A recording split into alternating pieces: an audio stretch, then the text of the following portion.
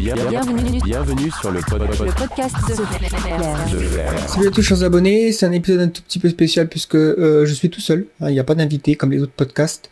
Là c'est tout juste moi qui vais parler avec vous, puisque à l'occasion des 70 000, le cap des 70 000 abonnés sur la chaîne YouTube, j'ai décidé d'offrir la possibilité aux gens de poser des questions, à savoir sur The Flair, c'est n'importe quoi en fait, des questions, et je ferai de mon mieux pour tenter d'y répondre. D'ailleurs j'en profite encore une fois pour remercier tous ceux qui nous suivent, ceux qui nous suivent depuis le début, ceux qui nous suivent depuis peu, qui nous ont juste découverts. Voilà, ça fait vraiment plaisir de voir une communauté qui augmente et un intérêt pour la chaîne d'une manière générale pour ce qu'on fait, puisqu'on fait ça avant tout. Quand même, c'est des choses qui nous plaisent à nous, donc personnellement, si je fais des vidéos, c'est aussi parce que c'est des choses qui m'intéressent. Je trouve qu'il y a quelque chose d'intéressant dans le processus de prendre un sujet, d'écrire un script. Donc ça nécessite de la recherche, et à la fin du processus, une fois que la vidéo elle a été publiée, j'ai appris des choses, quoi. Donc ce processus-là, il est bénéfique juste sur le plan purement égoïste, purement personnel, mais évidemment, s'il y a une réception positive derrière, c'est encore mieux, quoi. C'est vraiment l'objectif, c'est aussi de partager des connaissances, partager des choses avec vous. J'avoue, là, c'est la première fois que je fais ça. C'est-à-dire que je parle en fait à mon écran d'ordinateur, voilà, la caméra qui est là, avec le micro. D'habitude, il y a quelqu'un en face, que ça va un vidéo call, un Zoom ou peu importe l'application, il y a quelqu'un qui me répond. Là, je suis tout seul à parler dans le vide, ça fait un peu bizarre. Faudrait peut-être que je m'y habitue, mais en tout cas, si ça vous paraît un peu bizarre aussi, c'est juste, je suis pas très confortable en ce moment. Mais je sors beaucoup de ma zone de confort, évidemment, en faisant ça. Parce que ma personnalité, c'est quand même plus introverti, plutôt la personne qui va être dans l'ombre, travailler dans l'ombre, produire des choses, mais pas être en face de la caméra, en face, être un animateur de podcast, c'est pas du tout quelque chose que j'envisageais. Donc, je vais commencer tout de suite par la première question de Gauthier Mania, qui pose: on en sait très peu sur le collectif The Flairs pour les viewers, Gaëtan est l'unique représentant. Les plus anciens ou les plus curieux savent qu'une autre voix a habillé certaines vidéos de la chaîne, mais puisque vous faites aussi des courts-métrages, impossible d'imaginer que vous n'êtes pas que deux à gérer ça. Combien de personnes composent The Flairs? Comment s'organise-t-elle? Est-ce que vous vivez tous en Australie, ou est-ce que c'est quelque chose de plus grand? Est-ce que cette chaîne est unique, ou s'agit-il d'une version française et il existe d'autres chaînes? Comment est né le collectif? Donc, plusieurs questions en une. Déjà, The Flairs, comment le collectif est né? On va partir là-dessus. Donc, c'était aux alentours de 2015, fin 2015, début 2016, on va dire. Plutôt c'était dans l'année 2015. C'est d'abord parti d'une envie, donc, avec Marc et moi. Donc on est des amis d'université, on avait les mêmes passions pour le cinéma, la science-fiction, le futur, la technologie, et on s'était dit, on avait fait des courts-métrages ensemble, etc. Ça a toujours été quelque chose qu'on aime faire, et on voulait créer une sorte de plateforme pour faire grandir une communauté, et sur des sujets donc qui nous touchent, qui nous intéressent, mais également en profiter pour avoir cette communauté croissante, pour leur présenter des projets de court-métrage, quoi. En fait, c'était bâtir une audience pour des projets de fiction plus tard. Et donc ça a commencé par un site où on a écrit des articles de vulgarisation scientifique, technologique, plutôt sur les dernières sorties, tout ça. Ce qui s'est passé, c'est que c'était à une époque, fin 2015, début 2016, YouTube était déjà bien dans le quotidien des gens, et on a dit pourquoi pas prendre certains de nos articles et les adapter en vidéo, puisque la vidéo c'est notre domaine de prédilection, entre guillemets, c'est ce qui nous paraît le plus facile à faire. C'est nos compétences de base, on les a apprises dans ce domaine, la production vidéo. Et donc ça a donné The Flairs, et pour ceux qui nous ont suivis depuis le début, c'est une progression comme ça depuis pas mal de temps. Différents sujets, après le podcast est venu un peu plus tard, etc. Donc pour répondre à la question combien de personnes composent The Flairs, alors The Flairs officiellement c'est une association, loi 1901, le type d'association comme une association sportive, et donc légalement on y a trois personnes qui composent The Flairs, c'est un secrétaire général, un vice-président et un président. Donc il y a Marc que j'ai cité qui a cofondé The Flairs avec moi, David qui fait partie donc de The Flairs et qui est plus dans le côté technique, c'est-à-dire qui fait le montage de certaines vidéos. J'écris le script, j'y envoie, il va faire le montage, il me le renvoie, et on s'organise comme ça. Et moi, donc c'est vrai que je suis depuis quand même pas mal de temps, on va dire une sorte de représentant, dans le sens où c'est moi qui fais les voix off, les scripts, le podcast que j'anime. Donc on va dire que de votre point de vue, Vous me voyez, vous pensez que The Flair, c'est Gaëtan. C'est pas tout à fait vrai. C'est vrai que je contribue beaucoup par rapport à la création de scripts et à chercher des invités, donc j'essaie d'animer le plus possible la structure. Pour diverses raisons de planning, c'est pas toujours possible pour les autres, et on essaie de s'organiser au mieux, mais en tout cas, c'est pas quelque chose où on est des centaines, et voilà, pour répondre aussi à la question, est-ce que vous vivez tous en Australie? Non, il y a que moi qui vis en Australie, donc pour des raisons personnelles, mon parcours, j'ai vécu un peu à Londres. Ensuite, j'ai décidé de voyager pour ouvrir un peu mon esprit, et puis pour aussi profiter du fait que j'avais moins de 30 ans à l'époque et que je pouvais bénéficier de visa, de permis vacances-travail, ça s'appelle. Bref, je raconte ma vie là, mais j'étais en Nouvelle-Zélande, je suis arrivé en Australie, j'ai eu l'opportunité de rester en Australie à cause d'une rencontre qui fait que j'ai eu la possibilité de travailler, d'avoir un visa de travail. Boum, boum, boum, ça s'est fait et je suis ici maintenant, quoi. J'avoue que si je serais en France, plus souvent en fait, j'aurais certainement l'occasion de participer à plus d'événements, des conférences, des trucs comme ça, ce qui pourrait me permettre d'être encore plus actif, si on veut, avec la communauté, parce que j'ai l'impression que c'est quelque chose qui manque, ça. Cette espèce d'interaction que certains youtubeurs peuvent avoir avec leur communauté. J'ai tendance à négliger ça, en tout cas pas trop avoir le temps. Même si j'aimerais remédier ça. Voilà. Bon, bref, et donc les autres membres, les deux autres membres sont en France. Et c'est une chaîne unique. Pour répondre à la question, il n'y a pas de version anglaise. Même si on a des podcasts qui sont en anglais, parce qu'on invite des personnes en anglais. Vous savez, si vous nous suivez depuis longtemps, on essaie de les sous-titrer au maximum. Enfin, en tout cas, complètement.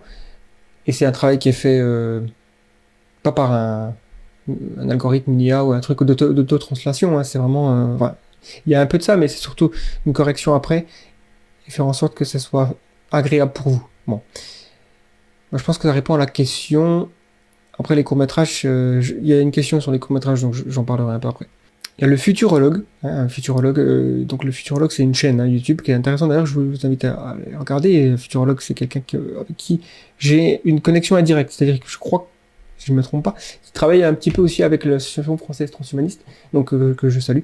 Avez-vous changé de point de vue sur la théorie de l'effondrement après l'épisode de podcast avec Camille? Donc, pour rappel, on a fait effectivement un podcast avec Camille de la chaîne Après l'effondrement, qui est une chaîne YouTube très intéressante sur cette théorie de la collapsologie, l'effondrement et ce qui pourrait arriver après. On a fait un podcast pour discuter de ça. C'était pas vraiment un débat où... Déjà, faut bien prendre en compte une chose, c'est que c'est très rare de changer d'avis. Surtout après une conversation d'une heure, 2 heures, 3 heures. C'est rare. Et donc on n'a pas approché ça forcément déjà de manière confrontationnelle, débat, tout ça. C'était vraiment l'occasion pour moi d'en apprendre plus, parce que c'est pas vraiment quelque chose dont je suis extrêmement familier. Bon, il y a cette supposition que The Flair est plutôt techno-optimiste et que le futur va être positif, et la collapsologie, la théorie de l'effondrement, c'est plutôt l'inverse. Et donc, forcément, il y aurait un clash, mais en fait, il y a beaucoup de choses dont, moi, personnellement, je m'inquiète beaucoup des risques existentiels, les effondrements systémiques de la société, ça m'inquiète beaucoup. Je suis pas convaincu que, par exemple, j'ai déjà vu passer le fait que ce qui inquiète beaucoup les collapsologues, ça peut être la rareté des ressources et le fait que l'économie fonctionne en grande partie sur le pétrole, pas les énergies fossiles en général, mais surtout le pétrole, et que si on atteint un pic pétrolier et puis qu'ensuite ça s'effondre, les sociétés seront en danger. Et il y a du vrai là-dedans. Je pense qu'il y a vraiment un intérêt de se poser ces questions et de faire des études pour savoir si les sociétés sont résilientes. Et je pense qu'elles le sont plus qu'on ne peut le penser. Maintenant, oui, c'est quelque chose qui m'inquiète. Si les sociétés sont amenées à s'effondrer, les sociétés développées, industrielles, ce ne sera pas par manque d'énergie ou par manque de ressources. C'est plus probable, selon moi, que ça vienne d'une catastrophe existentielle. Donc ça sera dire, par exemple, une pandémie beaucoup plus violente.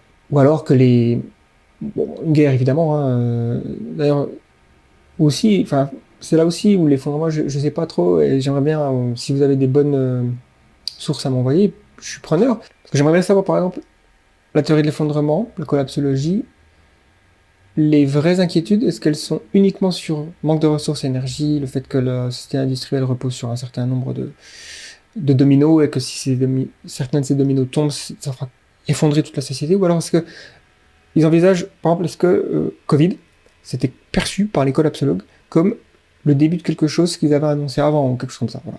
Je sais pas. En tout cas, je suis d'accord sur le fait qu'on vit dans un monde interconnecté beaucoup plus qu'avant, ce qui fait que des problèmes locaux ont une répercussion internationale beaucoup plus importante qu'avant, évidemment. il y a des solutions à proposer sur la robustesse des systèmes pour que un problème n'handicape pas toute la chaîne par exemple la supply chain, la chaîne d'approvisionnement. Est-ce qu'il peut y avoir des redondances? Est-ce qu'on peut pas faire la décentralisation? Que les choses qui s'effondrent à un endroit n'entraînent pas forcément un autre effondrement parce que il y a un système B qui a été... C'est un peu l'idée d'une ville. Par exemple, le réseau électrique, il y a beaucoup de redondance, quoi. C'est-à-dire qu'il y a des générateurs de secours qui vont se mettre en place, tout ça. Bon, c'est un peu l'idée. Est-ce qu'on peut pas faire ça pour la société? Ce serait bien. En tout cas, est-ce que j'ai changé d'avis sur la théorie de l'effondrement après l'épisode? En partie. Juste plutôt, changer d'avis, plutôt avoir une meilleure compréhension. C'est à peu près ça. Mais au final, si vous écoutez le podcast qu'on a fait, on était d'accord sur beaucoup de choses, finalement. Maintenant, une question de Steve Gledel. J'ai adoré votre série Vision du futur, projection dans un monde futur régi par une IA. Avez-vous pour projet de refaire ce genre de série? Alors, oui, la série Vision du futur, pour rappel, pour ceux qui ne connaissent pas, je vous invite déjà à aller sur la playlist Vision du futur.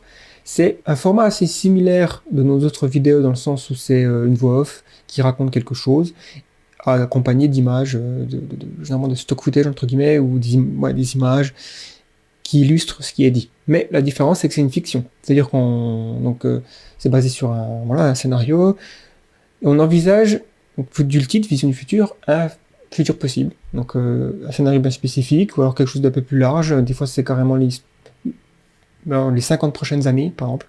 Et c'est super sympa à faire, parce que c'est vraiment... plus proche de ce que j'aime faire dans le sens une passion, c'est-à-dire raconter des histoires. Et en fait, Vision du futur, c'est aussi une façon de faire des petits courts-métrages sans faire des courts-métrages. C'est-à-dire un court-métrage filmé, donc c'est-à-dire avoir des acteurs, aller sur un tournage, sur le montage. Ça coûte cher, ça prend énormément de temps, et donc c'est difficile de justifier une telle production, alors que les épisodes de Vision du futur sont beaucoup plus faciles à produire. C'est finalement que moi, j'écris, je raconte une histoire, je la monte avec des images que je trouve à droite à gauche, et hop. Et il y en a certaines qui ont bien marché, et c'est super, c'est intéressant aussi. Donc, et puis ça permet aussi, la fiction, c'est d'ancrer certains scénarios futurs qui peuvent être abstraits, les ancrer dans une histoire, avec des personnages. Ça leur donne beaucoup plus de crédibilité, de plausibilité aussi. Et voilà, donc alors est-ce qu'on a pour projet de refaire ce genre de série? Je dirais que en fait c'est une série en cours, c'est-à-dire que bon, si je trouve une idée intéressante, je ferai un autre épisode et ça sortira sous cette série Vision du futur. Pour l'instant on a fait 7 épisodes, il y aura certainement un 8e, oui. Une autre question de Redox. Bonjour Gaëtan. Salut. Question pour la FAQ. Quel est ton parcours scolaire et quel métier exerces-tu? PS, je te remercie, car grâce à ta chaîne, j'ai su mettre des mots sur le sens que j'aimerais donner à ma profession, en l'occurrence lutter contre les menaces biologiques représentant un risque existentiel pour notre espèce, suite à ma récente diplomation d'ingénieur. Alors déjà, félicitations pour ta diplomation d'ingénieur. Et ça, c'est vraiment le genre de message qui me fait vraiment plaisir.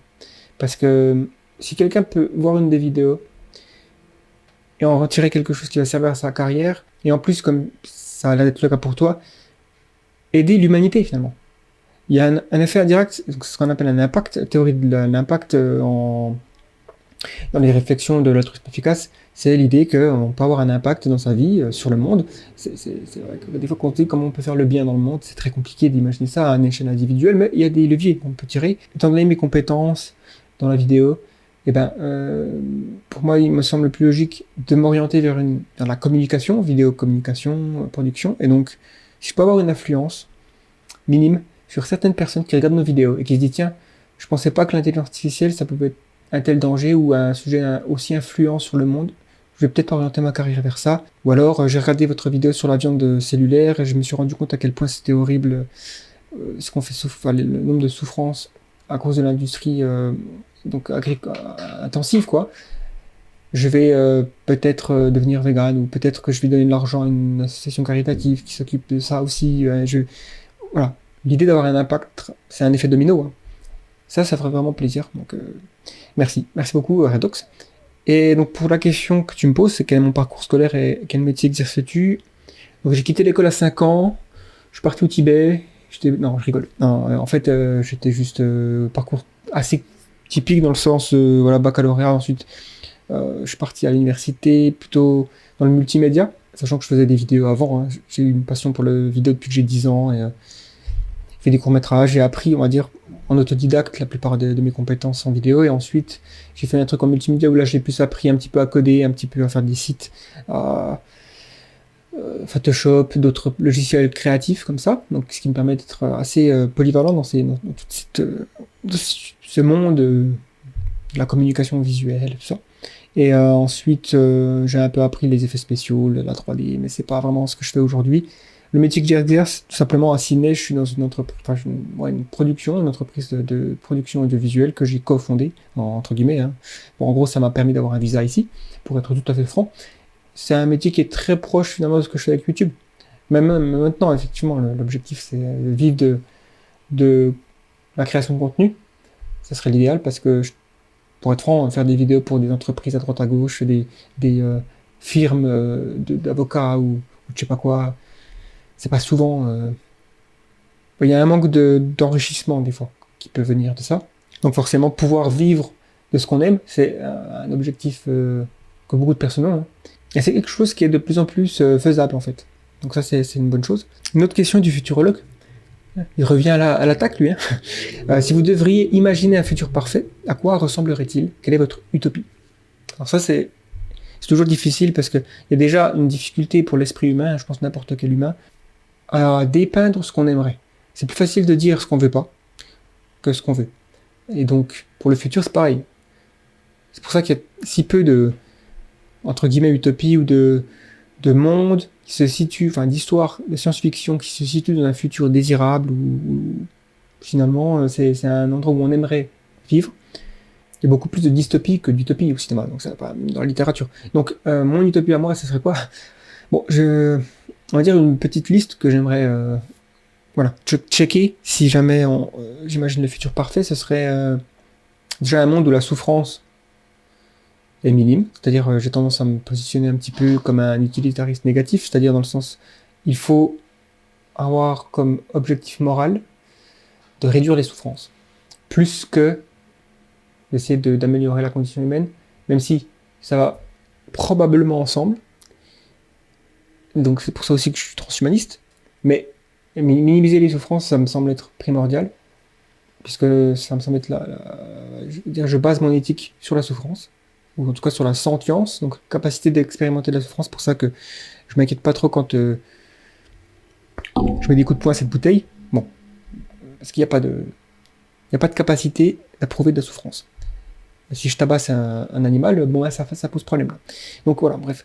Donc un futur où la souffrance a été réduite, donc ça passe par des progrès en médecine, plusieurs ordres de grandeur, aussi, donc peut-être l'éradication de quasiment toutes les maladies, et un meilleur contrôle sur notre corps et sur le vieillissement. Donc c'est-à-dire atteindre le stade d'immortalité.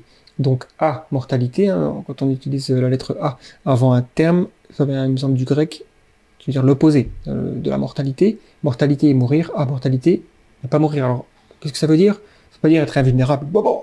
Non, ça veut dire, en gros, que les chances statistiques de mourir au cours d'une vie restent constantes, au lieu d'augmenter. C'est parce que le vieillissement, c'est une définition statistique finalement. C'est la probabilité de mourir qui augmente à un instant. Enfin, plus on va dans le futur, plus on vieillit, plus on a des chances de mourir.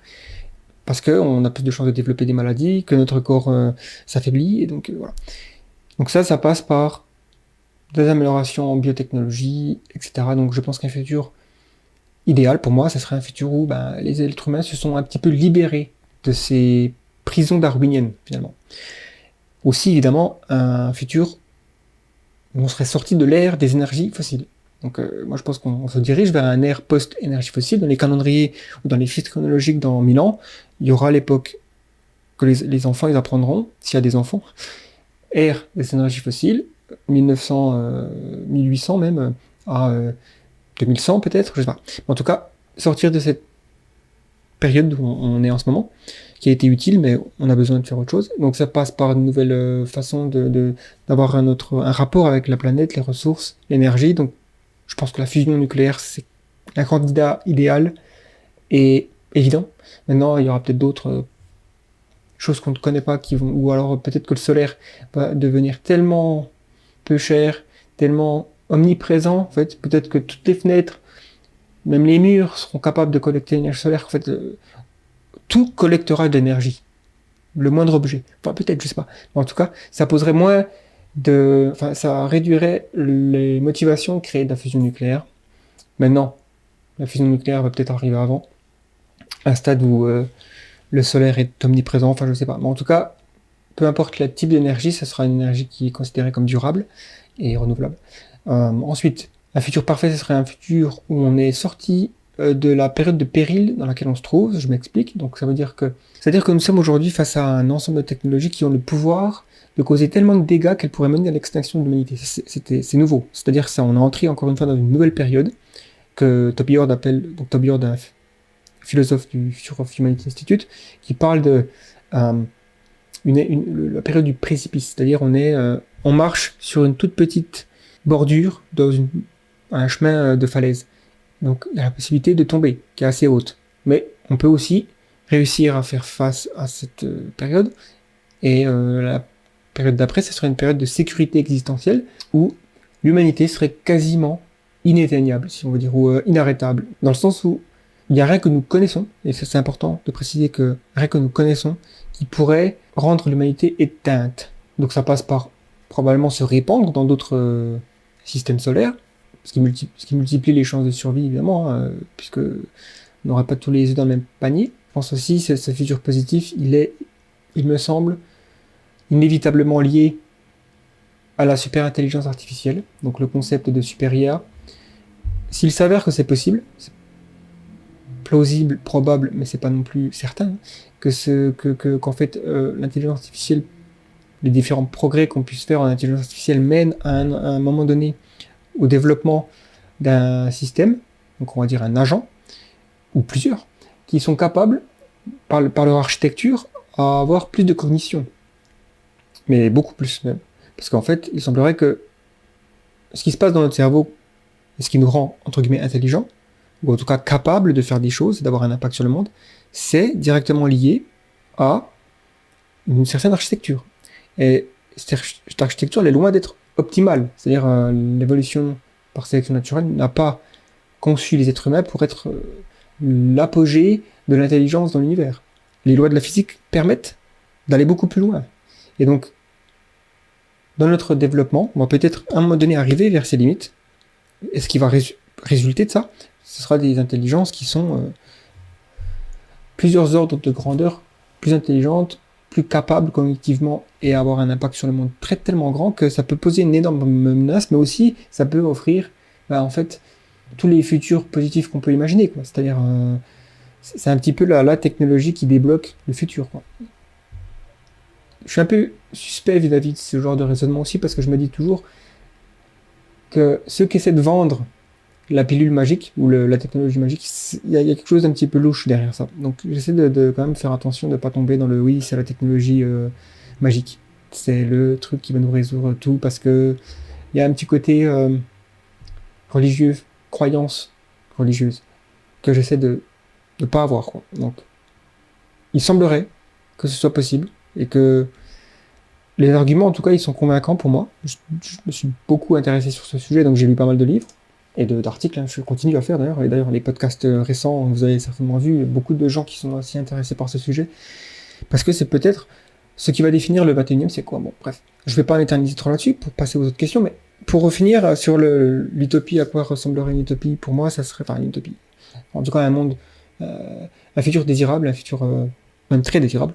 Ce serait que le champ d'exploration pour maximiser notre potentiel, il reste ouvert et très large. C'est-à-dire, si on imagine le futur comme un arbre, avec plein de branches, et ben, le plus possible, mieux, pour moi. C'est-à-dire que le potentiel d'humanité doit être très large pour qu'on puisse explorer, comme ça, aller dans différentes branches.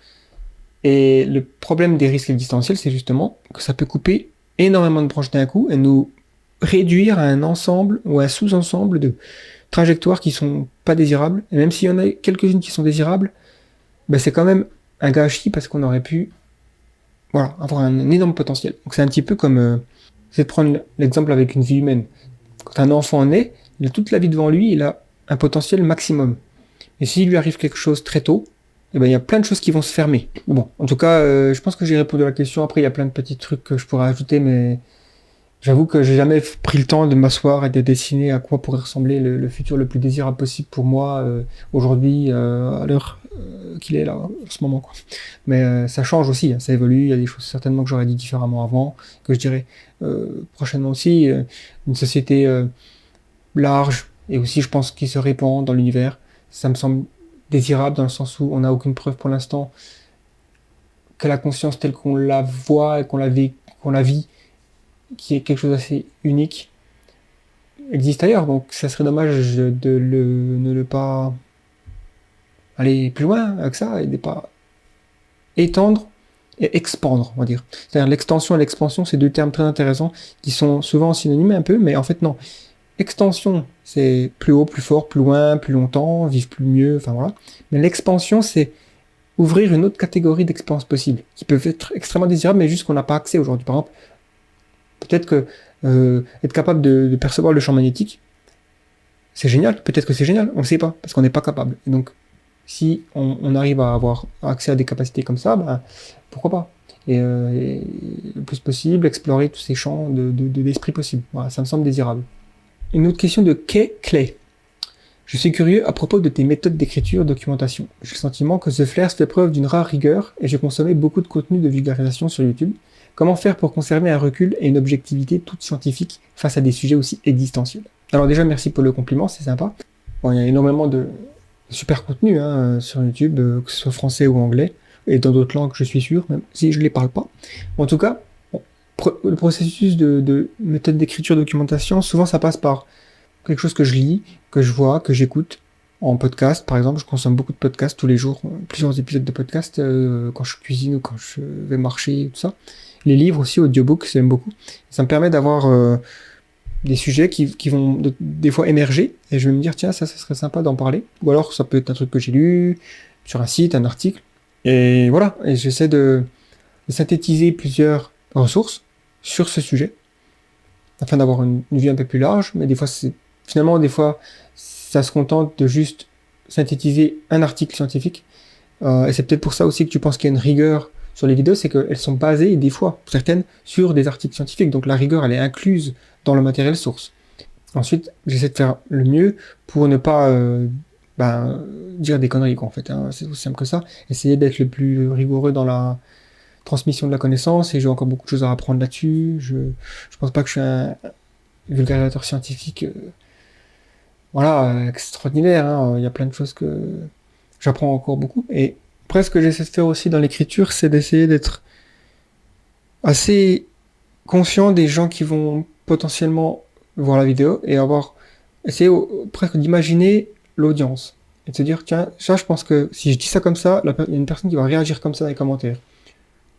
Est-ce que j'en tiens compte ou pas? Des fois, non. Mais des fois, je vais me dire, je vais peut-être rajouter un tout petit peu d'explication pour être sûr que ce que j'envisageais comme un commentaire qui pourrait arriver n'arrive pas. Ou alors, voilà, clarifier les choses, tout simplement. Mais des fois, je me dis, finalement, parce que il y a le piège aussi quand on écrit ce genre de truc, ça peut être... faut garder quand même en tête qu'on fait une vidéo qui est 10 minutes, 15 minutes, 20 minutes. Il y a des fois, on est obligé de simplifier, quoi. Bon. Ensuite, la deuxième partie de la question, comment faire pour conserver un recul et une objectivité? Ça, je suis même pas sûr que ce soit vrai. Enfin, merci, c'est sympa de nous dire ça, c'est ton avis, et je pense que il y a peut-être un peu de vrai dedans, mais conserver du recul, je dirais que c'est comme le terme l'implique, c'est-à-dire prendre un peu une vue de dessus. C'est pour ça que j'en ai déjà parlé souvent, j'aime bien la macro-histoire, cette idée de considérer notre époque, de prendre certains événements, mais de les mettre dans leur contexte, et même d'élargir le contexte. Et continuer à faire ça jusqu'à ce qu'on arrive au Big Bang, quoi. Et là, on prend un énorme recul. Après, être objectif, je suis pas sûr qu'on le soit. Enfin, moi, personnellement, j'ai aussi des biais, j'ai aussi des préférences que j'essaie d'insérer, quoi. Parce que c'est avant tout aussi une plateforme comme ça, de faire des vidéos sur YouTube, où on partage pas seulement des faits, mais aussi des avis. Et donc, il y a une grande différence entre les deux. Maintenant, je m'intéresse beaucoup à la méthode scientifique, à la rationalité, donc c'est des choses qui probablement guident ce que je fais. J'ai encore une fois, je le répète, beaucoup de choses à apprendre là-dessus. Mais je fais de mon mieux, on va dire. Question de Gabriel. Comment trouvez-vous vos intervenants et comment arrivez-vous à les convaincre de participer à vos interviews? Alors là, c'est facile. Généralement, je trouve leur adresse. Je leur envoie un petit email. Je prends en photo la maison où ils vivent ou l'appartement. Je dis, je sais où vous habitez. J'aimerais bien que vous participiez au podcast. Généralement, ils disent oui. Non, évidemment, je plaisante. En fait, c'est tout simple. Les intervenants, ça peut être des gens qu'on nous conseille. Ça peut être aussi des gens où, enfin, c'est un petit peu comme les sujets de vidéo. Pourquoi un tel sujet, pas un autre? Des fois, ça va être, j'écoute un podcast, je me rends compte que l'intervenant est super intéressant. Oh, tiens, il a un petit accent français. Je google et il se trouve qu'il est français. Bon, je me dis, tiens, c'est génial. Je vais peut-être pouvoir parler à cette personne, l'inviter sur le podcast et elle va s'exprimer en français. Des fois, c'est des...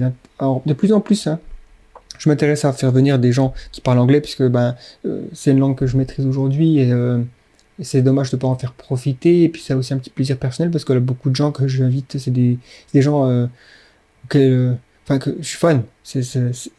Avoir un podcast, c'est la meilleure excuse que j'ai trouvée pour parler à des gens que j'admire. Voilà. Et si demain je fais un podcast sur les stars de cinéma, je suis sûr que je pourrais inviter des stars de cinéma, donc c'est rigolo. Ça donne un petit peu de l'excuse, voilà, pour envoyer un email et dire j'aimerais discuter avec vous sur ce sujet. Hop. En plus, avec la technologie, le fait qu'on puisse faire ça à distance, c'est beaucoup plus facile. Même si j'aimerais quand même faire des interviews en face à face, il y a quelque chose qui est perdu dans l'interaction en ligne comme ça. Maintenant, comment j'arrive à les convaincre de participer aux interviews, c'est souvent il suffit de demander. Hein. Il n'y a pas beaucoup d'efforts pour convaincre. Après, j'ai jamais non plus, on va dire, essayer d'inviter des gens qui sont extrêmement renommés. Certaines personnes qui sont venues sur le podcast sont renommées dans leur discipline, comme Aubrey de Grey, qui est un des longévitistes les plus connus, qui travaille sur l'extension de la durée de vie, tout ça.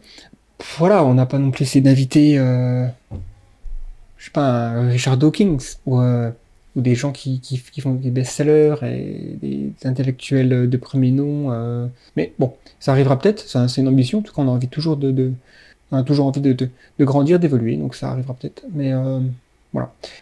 Prochaine question, c'est Shaiman Turler. Ce qui est intéressant, c'est que Shaiman Turler, si je me trompe pas, c'est le futurologue qui a déjà posé des questions avant, qui a une chaîne YouTube aussi. Voilà, c'est intéressant. Shaiman, merci pour ta question. Même tes deux prochaines questions, parce qu'il y en a deux qui arrivent. La première, c'est comment financez-vous les courts-métrages de la chaîne? Réponse courte, on les finance pas en fait. Ils sont pas du tout financés. C'est des projets autofinancés, faits par des passionnés. Donc en gros, ça va être des gens qu'on connaît qui sont prêts à sacrifier un après-midi de leur temps, ou même plus. Des fois, on a fait des courts-métrages qui s'étalent sur des journées. Et donc, c'est une dépense d'énergie, de temps, un petit peu d'argent, mais il n'y a pas de financement, de production professionnelle derrière. C'est ça aussi qui est difficile dans les courts-métrages amateurs, on va dire. C'est qu'à un moment donné, ça épuise parce qu'on fait tout ce travail pour finalement, et quand on regarde le nombre de vues sur certains films qu'on a fait,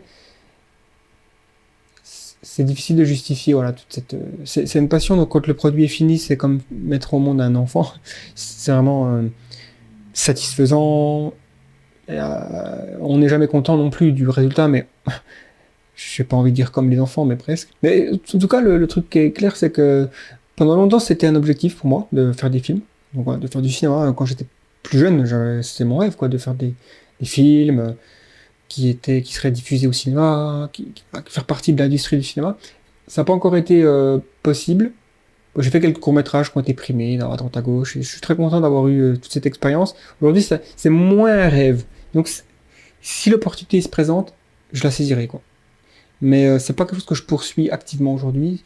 J'ai plus l'objectif, à travers The Flares, de grossir et de peut-être tourner ça en quelque chose qui pourrait être, on va dire, sustainable, donc viable financièrement, pour tout simplement en faire un métier et avoir une structure qui est financièrement pérenne. Maintenant, comment la fiction et faire des courts-métrages, ça va s'inscrire là-dedans, c'est pas encore très clair. Deuxième question de Shaiman Turler. Êtes-vous satisfait du résultat des contenus payants que vous avez créés sur votre site? Donc là aussi, pour mettre un peu de contexte à ceux qui ne savent pas, on a une section premium sur le site où certains contenus qu'on a fait, donc des contenus vidéo, qu'on considère comme des documentaires longs, C'est-à-dire soit une série de documentaires, par exemple, sur l'intelligence artificielle qui fait à peu près 4 heures, donc 9 épisodes, sur toute l'histoire de l'intelligence artificielle, plus les avancées récentes. Donc c'est un peu... Il manque évidemment les dernières années, puisque ça a été fait en 2019, sorti à la base en livre, et que j'ai fait un livre et ensuite je l'ai adapté en série. Mais voilà, il y a eu d'autres documentaires longs qui ont été produits et qui ont été mis derrière ce qu'on appelle un paywall, c'est-à-dire donc accessible en payant. L'objectif, c'était évidemment d'essayer de trouver un chemin d'être viable financièrement en faisant ce qu'on aime, en produisant du contenu. Donc YouTube, c'est super parce que ça permet de diffuser des choses gratuitement et tout. Il y a un petit peu d'argent qui est généré, mais très très peu. Enfin, c'est pas du tout... ça suffit pour peut-être faire tourner la structure. Voilà, les coûts d'hébergement je sais pas moi, de la plateforme d'enregistrement de podcast par exemple. Mais ça, on peut pas dégager un salaire encore. Et certains youtubeurs le font, mais nous c'est pas le cas. Donc on voulait faire quelques contenus payants. Alors est-ce que vous êtes satisfait du résultat? Alors déjà, bon, la production en tant que telle des vidéos, oui, je pense que c'est des sujets intéressants, qu'on a tenté de faire ça, d'augmenter la qualité, voilà, de faire quelque chose qui est un peu plus chiadé, on va dire, que les vidéos YouTube, qui sont produites un peu plus rapidement, un peu plus spontanément, sans forcément revoir, faire énormément de révisions sur différentes versions, améliorer les tout petits détails, comme on pourrait le faire sur un documentaire qui va sortir pour Netflix. Mais les contenus premium, oui, c'est satisfaisant. Et après, les résultats financiers là-dessus, donc il y a eu quand même un engouement sur certains projets, sur certains documentaires qui ont été produits, donc ça c'était bien. Mais bon, c'est encore une fois quelque chose on n'a pas non plus nécessairement mis en place un processus de systématisation, c'est-à-dire comment on fait pour sortir parce que si on sortir un documentaire premium tous les mois par exemple, ça serait peut-être qu'au bout d'un moment, ça pourrait devenir suffisamment lucratif pour justifier de travailler à plein temps sur The Flares. Pour l'instant, c'était juste peut-être un peu plus d'expérience, dégager quelques revenus un petit peu pour faire d'autres projets, mais voilà. Maintenant, une question de David Deveau. Que pensez-vous de la décroissance? Grosse question. Décroissance. Donc tout de suite, je vais dire que je suis pas un expert. L'économie, c'est très compliqué. J'arrive pas à comprendre moi, le système économique. Franchement, c'est un casse-tête. L'argent, comment fonctionnent les intérêts, les crédits, tout ça. Mais voilà, la décroissance, je suis pas un expert non seulement parce qu'effectivement le paysage économique, c'est une discipline compliquée à comprendre. Et la décroissance, je suis pas super familier sur les détails. Je sais qu'il y a certains livres qui ont été écrits sur la décroissance, c'est quelque chose qui a gagné en attractivité. Mais alors, il y a deux questions qui se posent. Est-ce que c'est désirable ou est-ce que c'est faisable? Donc, deux questions. La première, est-ce que c'est désirable? Dans le sens où est-ce que c'est quelque chose qui va aider la planète? Ou peu importe ce qu'on considère comme étant valorisable. C'est-à-dire, est-ce que ça va vraiment engendrer une baisse des émissions de gaz à effet de serre? Est-ce que ça va vraiment engendrer la réduction de l'extrême pauvreté dans les pays? Enfin voilà, faut se poser cette question. Parce qu'il me semble qu'au cœur de la décroissance se trouve la crise climatique. C'est un peu pour ça que ça a été proposé, ces sujets-là. Je pense pas qu'on parlait de décroissance en 1903. Donc il y a cette idée que la croissance économique mène à une production démesurée, toujours plus, on va dire, hein, consommation, production. Et tout ça, ça a créé les effets gaz à effet de serre et le problème climatique dans lequel on se trouve aujourd'hui. Et que c'est pas viable, qu'à un moment donné la croissance doit s'arrêter, c'est pour ça qu'il y en a qui pensent qu'il faut décroissance. Donc déjà, j'aimerais savoir si c'est clair que la décroissance mène à une réduction des gaz à effet de serre. Je sais pas si ça a été prouvé, ça. Hein. Finalement, il me semble que la décroissance, c'est aussi quelque chose qui stipule que la croissance du PIB, donc le produit intérieur brut, ne peut pas être découplée avec l'impact environnemental de l'humanité sur la planète. Et ça, en fait, c'est faux. C'est non seulement possible, mais c'est déjà le cas. Il y a déjà un découplage qui est fait dans 32 pays, je crois, dont les États-Unis, dont la plupart des pays européens. Et en fait, depuis les années 60-70, on voit que il y a une croissance qui continue, donc économique du PIB, et un découplage, donc c'est-à-dire que les émissions carbone n'augmentent pas à la même vitesse que la croissance. Donc il y a un découplage qui se fait. Et en fait, je pense que si la décroissance se base sur cette stipulation, que on peut pas découpler la croissance du PIB avec l'impact environnemental de l'humanité, c'est faux, c'est prouvé. Et, je mettrai des ressources, il y a des gens qui ont fait des études là-dessus. Il y a notamment un livre intéressant de McAfee. C'est un économiste qui travaille au MIT, il me semble, qui a écrit un livre, Less is More, peut-être. Non, attends, je vais regarder. Voilà, c'est Andrew McAfee. Comme je disais, donc c'est un scientifique qui travaille au MIT, qui a écrit un livre en 2019 qui s'appelle More from Less. Donc plus avec moins. En fait, sa thèse et ses études montrent que, effectivement, l'histoire récente suggère que l'humanité arrive à faire plus avec moins. Le titre du livre explique tout. Et ça, je pense que c'est quelque chose qui doit être pris en compte quand on envisage la croissance économique. Maintenant, une autre question aussi, ça aussi, je ne suis pas sûr que ce soit clairement tranché, mais est-ce que la décroissance, c'est quelque chose qui peut être applicable et désirable en Afrique subsaharienne, par exemple? Il y a encore des milliards de personnes aujourd'hui qui vivent en dessous des subsistances, des besoins de subsistance les plus basiques.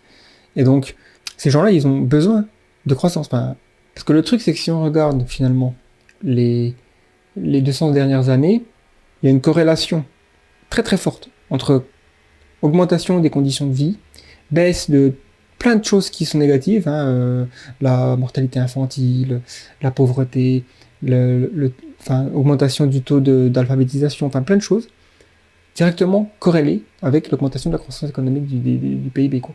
Et donc, aller dans les pays africains ou en Asie du Sud ou en Amérique du Sud et leur dire « Désolé, mais on est en décroissance maintenant, il va falloir vous serrer la ceinture, vous n'arrivez pas à atteindre un tel niveau de croissance, vous allez vous arrêter en fait à un niveau de développement et être un peu dans la disette pendant le reste du siècle. » Je suis pas sûr que ce soit très éthique.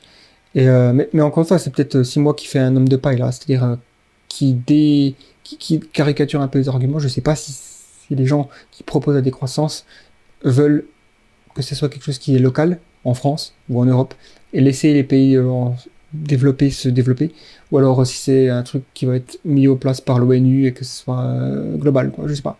En tout cas, je me pose la question, est-ce que c'est désirable dans ce sens-là?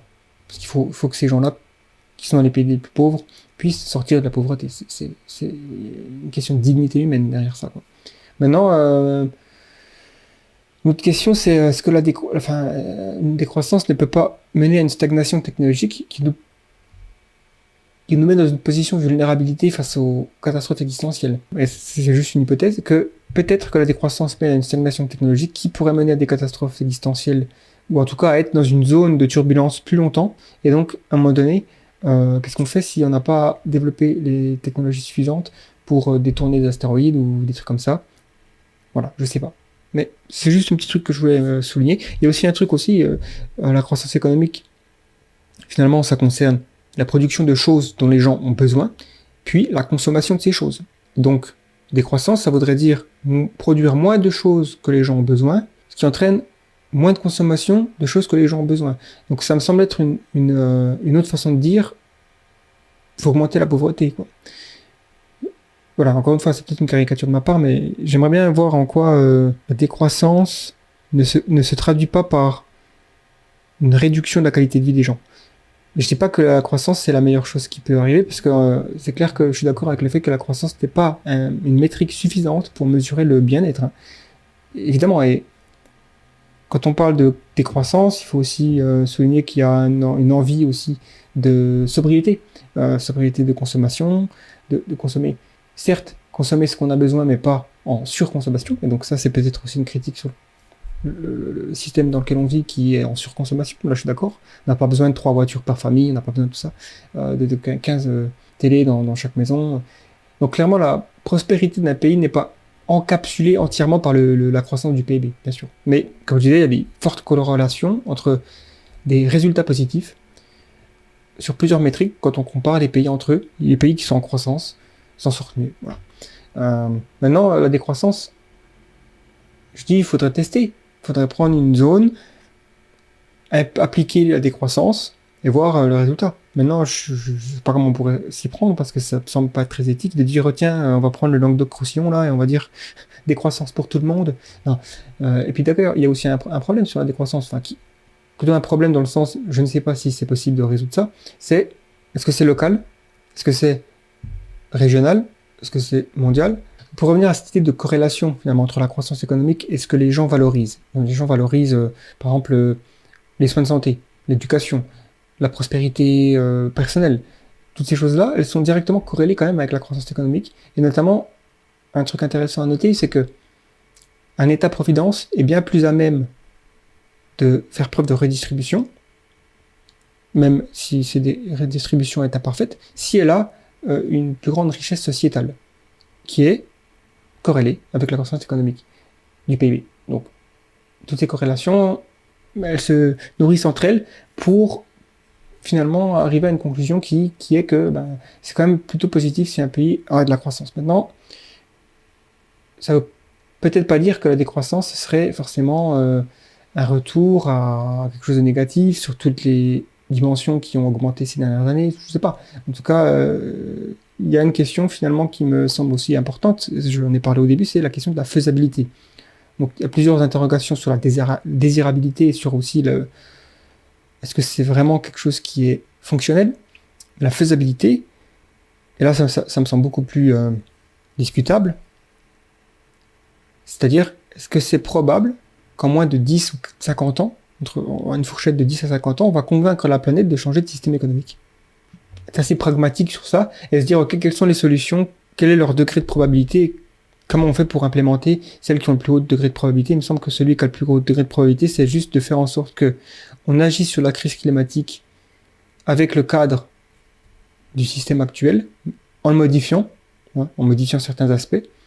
Mais imaginez que dans 50 ans, on aura complètement changé de système économique et implémenté quelque chose qui est à l'opposé de ce qui est aujourd'hui considéré comme le mainstream, le statu quo.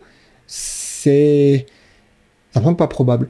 Bon, ceci dit, juste pour quand même faire une petite correction sur ce que je viens de dire là, ou en tout cas, petite parenthèse quoi, c'est plus, si on change de système dans 50 ans, complètement, c'est-à-dire jour à la nuit, je tape le micro là, ce sera peut-être juste une question de intelligence artificielle générale. Voilà. En gros, si dans 50 ans on a des systèmes plus intelligents que l'humanité, oui, le système va certainement changer très rapidement, et peut-être pas pour le mieux, mais aussi peut-être pour le mieux, donc à voir. Mais donc voilà, la faisabilité, j'ai l'impression que c'est encore quelque chose qui me fait pencher plus pour non à la décroissance. De ce que j'en pense personnellement, j'ai besoin de beaucoup plus d'informations sur le sujet pour vraiment forger un avis. Là, j'ai plus émis des questions finalement. Est-ce que c'est possible? Est-ce que c'est désirable? Est-ce que c'est faisable? Est-ce que ça va vraiment résoudre les problèmes qu'on a aujourd'hui? Ou est-ce que c'est finalement... Peut-être que ça va les empirer? Peut-être que ça va les améliorer? Je ne sais pas. Voilà. Mais encore une fois, emmenez-moi des liens, donnez-moi des trucs à lire pour que j'approfondisse sur le sujet. Gabriel, qui me pose une question. Existe-t-il des organismes qui privilégient les bénéfices très long terme au détriment des bénéfices court terme? Pas que je sache, en tout cas, mais probablement pas. Pour une raison qui est tout simplement que en fait, les organismes sur Terre, même dans l'univers, je pense, de manière générale, c'est peut-être une constante, c'est en fait une sorte de véhicule pour les gènes. Les gènes, c'est de l'information qui veut se répliquer. Ce qui fonctionne pour un organisme, c'est répliquer ses gènes. Donc il n'y a pas besoin de réfléchir au très long terme. L'évolution par sélection naturelle, si en tout cas on souscrit à une vision du monde qui exclut une intervention divine, c'est de dire c'est un processus aléatoire, donc c'est-à-dire qu'il y a des mutations aléatoires qui se produisent, certaines mutations dans certains environnements font que les organismes vont être plus adaptés à l'environnement, c'est par la pure chance, et c'est ces gènes qui vont être sélectionnés pour créer les prochaines générations. Mais il n'y a pas une sorte de plan sur très long terme d'un organisme qui va se dire on va se développer. À la limite, nous sommes cet organisme-là, quoi. Et encore, on est très court terme, mais on a la possibilité de penser long terme, alors que d'autres espèces l'ont pas. Maintenant, il faut quand même souligner le fait qu'il y a des organismes qui arrivent quand même à planifier pour un futur bénéfice, comme par exemple les écureuils, avec des noisettes. Voilà, t'enterres des noisettes. Et ça aussi, c'est intéressant parce que ça peut être lu sous la lentille de la sélection naturelle. C'est-à-dire que, prenons deux écureuils. Un des écureuils, il trouve plein de noisettes. Il est super content, il y a plein de noisettes. Il va tous les bouffer parce qu'il est, voilà, il privilégie le bénéfice à court terme. Il se goinfre de noisettes. Et ensuite, qu'est-ce qui se passe? l'hiver arrive, il n'y a plus de noisettes, il meurt. Il peut pas répandre ses gènes. Mais son cousin, il était plus malin, lui. Son cousin, il a vu plein de noisettes. Il est tombé sur un autre arbuste plein de noisettes, enfin, un noisetier. Boum, boum, il en prend quelques-unes parce qu'il aime bien les noisettes, il a besoin de la graisse, voilà, les oméga 3 ou 4 ou 5 ou 12. Il prend tous les nutriments, tout ça, ça permet d'avoir l'énergie suffisante. Mais il se dit, je vais quand même en mettre quelques-unes sous terre, comme ça je vais les creuser vers chez moi pour cet hiver, au cas où il y a une petite rupture de noisettes. Et ben voilà, il a survécu. Il a passé ses gènes à la génération d'après, ce qui fait que ses successeurs, ben, ils ont ce programme, on va dire, qui tourne dans l'organisme écureuil. Donc on peut voir ça comme ça. Et je pense que ça explique une certaine façon de planifier le futur pour certains organismes. Tito LLA. Salut Gaëtan, et merci pour votre contenu.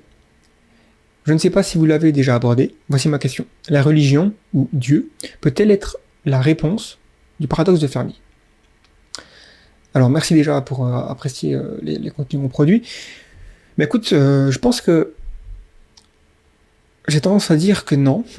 En fait, la religion, non, parce que je vois pas comment la religion pourrait être une réponse au paradoxe de Fermi, à moins d'imaginer que les civilisations extraterrestres sont finalement toutes sous l'égide de théocratie, donc des systèmes de gouvernance qui sont basés sur des religions, sur des textes sacrés, sur des trucs comme ça, et qui fait que ils auraient une sorte d'impératif à ne pas coloniser la galaxie pour des raisons X ou Y, et ce serait pour ça qu'on ne voit pas le paradoxe de Fermi. Ça me semble pas probable d'une part parce que c'est faire preuve de xénopsychologie, de se dire les extraterrestres ils doivent avoir cette forme de psychologie, ils pensent à ça, ils font ça, ils ont tel comportement, non en fait. Et en plus, penser que tous les extraterrestres ont ce genre de comportement, c'est encore moins probable. J'aurais tendance à dire que la religion, non. Dieu, peut-être, mais dans le sens, alors, si on croit qu'il y a une transcendance qui a créé l'univers, alors, une façon de voir le paradoxe de Fermi, ce serait de se dire, il n'y a pas de paradoxe puisque l'être humain, c'est la seule espèce intelligente, technologique dans toute la galaxie, dans tout l'univers, parce que c'est Dieu qui a créé tout ça pour nous. Donc, ce serait une façon de voir que le paradoxe de Fermi, c'est normal qu'on ne trouve pas de civilisation extraterrestre, simplement parce qu'il n'y en a pas, parce que Dieu l'a voulu ainsi, tout ça. Bon, tant dire tout de suite, c'est pas satisfaisant comme réponse au paradoxe de Fermi. Mais, alors pourquoi ce serait pas satisfaisant? Il faut voir où sont les preuves, quoi. On n'a aucune preuve convaincante et réplicable qu'il y ait une transcendance qui ait créé l'univers pour nous. Si on a quelque chose, c'est plus l'inverse, en fait. C'est plus montrer qu'on a toujours pensé qu'on était plus spécial, on était au centre de l'univers, que tout le système solaire tournait autour de nous, qu'on était spécial parmi les règnes animaux, tout ça s'est effondré, c'est ce qu'on appelle les blessures narcissiques, et je pense qu'on va encore en avoir des blessures narcissiques, et le principe de médiocrité, principe copernicien, c'est de se dire qu'on doit assumer qu'on est typique. Voilà. Il y a, en tout cas, ce qui concerne le paradoxe de Fermi, il y a beaucoup plus de solutions qui sont plus robustes que la question est-ce que c'est la religion ou Dieu qui pourra expliquer le paradoxe de Fermi. Ensuite, une autre question de Shaman Turler, qui donc semble très intéressé de poser des questions, et ça me fait plaisir d'ailleurs, c'est sympa, ça montre c'est un fan, on pourrait dire. Êtes-vous satisfait du nombre d'abonnés et de vues de la chaîne? Non, pas du tout. Je trouve ça même indigne d'avoir si peu de vues, c'est honteux là, j'ai vraiment envie de... Non, je rigole. En fait, je m'intéresse pas tellement à ça. C'est presque volontaire que j'ai pas trop envie de regarder ça, j'essaie de m'empêcher de prêter trop attention au nombre de vues et au nombre d'abonnés parce que c'est finalement un cercle vicieux et c'est sans fin. Je suis sûr qu'il y a des gens qui ont 1 million d'abonnés et qui font 10 millions de vues par vidéo qui sont dans une situation où ils se disent pourquoi j'ai si peu de vues, pourquoi j'ai si peu d'abonnés, parce que ils ont un idéal et ils veulent toujours plus. Et je pense que ça c'est ce genre de piège, voilà, qui est malheureusement de plus en plus répandu dans tout ce qui est la recherche de statut en ligne, à travers les réseaux sociaux, à travers, voilà, même avoir des followers sur Twitter, avoir des j'aime, machin sur Instagram. Ça finit par être une course sans fin, quoi, et je me demande où est la valeur là-dedans. Moi, ce qui m'intéresse, c'est est-ce que ce que je produis, c'est de qualité? Est-ce que ça plaît? Est-ce que c'est le genre de vidéos qui vont avoir un impact sur le monde? Et en lisant le commentaire de Redox qui a décidé de s'orienter d'une certaine façon dans sa vie, dans sa carrière, en voyant des vidéos, je pense que ça a contribué, c'est pas non plus, je pense, la raison, mais ça a contribué, ça, c'est vraiment quelque chose de... C'est ça l'objectif, finalement, en tout cas pour moi, de la chaîne YouTube. Comment, à travers les contenus qu'on produit, on peut avoir un impact sur le monde qui est positif. Maintenant, évidemment, ça fait plaisir que la chaîne augmente, le nombre de vues et le nombre d'abonnés. C'est-à-dire qu'il y a aussi une corrélation finalement entre l'impact qu'on peut avoir et le nombre d'abonnés qu'on peut avoir. C'est évident. C'est pas pour moi le plus important. Mais si on a 100 000 abonnés, si on a 200 000 abonnés, il y a potentiellement plus de gens qui vont voir nos vidéos, donc potentiellement un impact qui peut être plus fort. Parce que si 0,5% des gens qui regardent les vidéos vont ensuite être motivés pour faire quelque chose qui va avoir un impact plus tard sur le monde, qui est positif, et ben ce 0,5%, il va avoir un plus gros levier si c'est sur 200 000 personnes que si c'est sur 70 000 personnes. Maintenant, voilà, encore une fois, satisfait par le nombre de vues de la chaîne, il faut quand même mettre ça dans le contexte que 70 000 personnes, ça remplit un stade de foot, et si je devais m'adresser à vous, là, 70 000 abonnés, enfin un stade de foot, je me ferais dessus. Donc ne me demandez pas de faire ça, s'il vous plaît. Alors, une autre question de Gabriel. À combien évaluez-vous vos chances de vivre 200 ans et plus? Vous avez le droit à un joker si vous préférez ne pas répondre. Non, mais je vais répondre, pas besoin de joker. Alors, donner un chiffre, ça va être difficile. Mais ce que je peux faire, c'est déjà de dire sur quoi ça va dépendre. Vivre plus de 200 ans. Ça va dépendre, évidemment, de la recherche scientifique sur le vieillissement. C'est quelque chose qui a augmenté ces dernières années. C'est moins tabou qu'avant. Donc, ça veut dire qu'il y a moins d'obstacles pour les chercheurs qui veulent s'orienter là-dedans. Des personnes qui travaillent par exemple dans la biologie ou des généticiens, au lieu de s'orienter et puis de focaliser leur carrière sur un domaine de la biologie comme le cancer ou une autre maladie ou d'autres processus biologiques, ils vont se dire tiens, je vais étudier le vieillissement. Et ça va mener à des découvertes, forcément, qui peuvent être utiles pour trouver comment endiguer, ou en tout cas contrôler le vieillissement et éviter les symptômes qui sont toutes ces maladies qu'on connaît et qui sont tragiques. Maintenant, comment ce progrès va continuer dans les prochaines décennies? Je pense que ce sera plus lent qu'on ne le pense, malheureusement. Je pense que... Parce que, en fait, ce qui ralentit la recherche, notamment médicale, c'est qu'il y a une éthique derrière. On ne peut pas faire n'importe quoi avec les êtres humains. C'est pour ça qu'il y a ces fameux essais cliniques sur 3 phases qui doivent être approuvés, qu'il y a des revues scientifiques avec, évidemment, peer reviewed, donc revues par les pairs, publications scientifiques dans les journaux.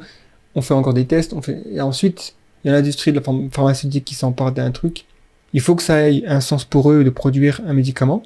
Et c'est compliqué parce que un médicament, c'est en rapport à une maladie. Donc, si la vieillesse n'est pas considérée comme une maladie, il n'y aura jamais de médicament contre la vieillesse. Donc, faut trouver une autre façon de changer le framework, changer le cadre légal ou étymologique, je sais pas trop, mais en tout cas, là, ça va dépendre de ça.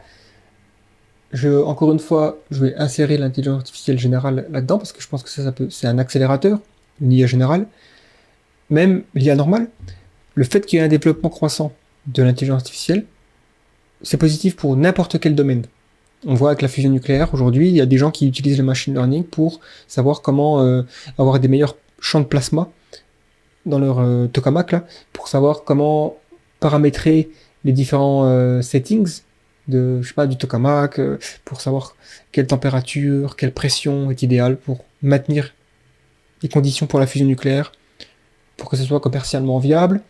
Donc, n'importe quel progrès en intelligence artificielle peut avoir des répercussions dans n'importe quelle discipline, y compris la recherche sur le vieillissement et la longévité. Donc, si on atteint ce que des gens appellent la singularité durant ma vie, durant ma durée de vie, d'ici les 50, 60 prochaines années, si je suis encore là, c'est possible que ça ait un impact sur ma durée de vie. Du coup. Après, je sais pas si ça va être... Encore une fois, c'est difficile de savoir si la société aura comme objectif d'utiliser n'importe quelle capacité d'une intelligence artificielle pour le vieillissement. Parce que c'est encore pas quelque chose qui est sur toutes les lèvres de n'importe quelle personne. Les gens veulent en général vivre en bonne santé, durée de vie normale. Maintenant, si on commence à être en bonne santé plus longtemps, peut-être que les gens vont se dire, j'ai pas nécessairement envie d'arrêter là. Et bien sûr, le progrès dans cette discipline sera impacté par si on évite les catastrophes existentielles, les différents effondrements possibles, à quel point le réchauffement climatique et le dérèglement du climat va impacter la recherche, est-ce qu'il y aura des crises économiques qui vont faire que les investissements seront moindres, tout ça, ça peut avoir un impact. En tout cas, la question c'est est-ce qu'on va atteindre la vitesse d'échappement de la longévité d'ici la fin de ma vie.